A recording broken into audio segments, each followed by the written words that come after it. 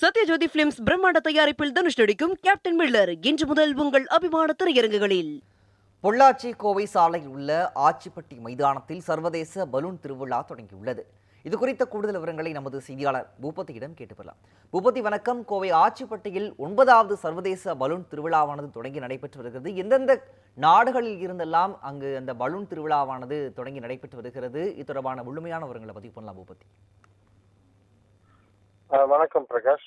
அதாவது பொள்ளாச்சி கோவை சாலையில் உள்ள ஆச்சிவெட்டி மைதானத்தில் இன்று 9வது சர்வதேச பலூன் திருவிழா துவங்கியது.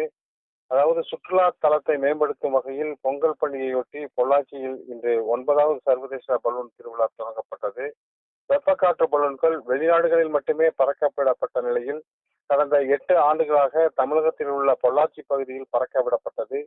இந்த ஆண்டிற்கான பலூன் திருவிழா நேற்று துவங்கியது.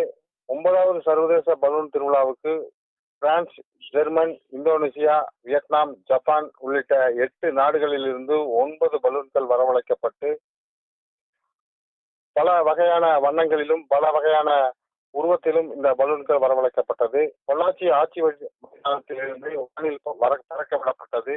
இந்த ராஜச பலூன்களில் வெப்பக்காற்றுகள் நிரப்பப்பட்டு அதற்கென பிரத்யேக பைலட்களை கொண்டு வானில் பொள்ளாச்சியை சுற்றி பார்க்கும் வகையில் பறக்கவிடப்பட்டது. இந்த வெப்பக்காற்று பலூனில் பறக்க கடந்த 8 ஆண்டுகளுக்கு பொதுமக்களுக்கு அனுமதி வழங்கினார்கள். ஆனால் இந்த ஆண்டு பொதுமக்களுக்கு அனுமதி இல்லை என்பது வருத்தமளிக்கும் விதமாக உள்ளது.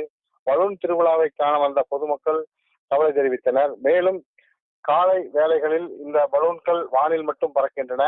மாலை வேளைகளில் இந்த வெப்பக்காற்று பலூன்களில் 100 அடி உயரத்திற்கு மேலே பறப்பதற்கு பொதுமக்களுக்கு வழங்கப்பட்டது. இதற்காக நபர் ஒன்றுக்கு 1600 ரூபாய் கட்டணமாக நிர்ணயிக்கப்பட்டுள்ளது என்பது நிகழ்ச்சி ஏற்பாட்டாளர்கள் தெரிவித்தனர். மேலும் 30ஆம் தேதி முதல் 16ஆம் தேதி வரை பொங்கல் விடுமுறையொட்டி இந்த பலூன் திருவிழா கோலாகலமாக நடக்கும் என போட்டி நடத்த தெரிவித்துள்ளனர். பிரகாஷ், விவரங்களுக்கு நன்றி பூபதி.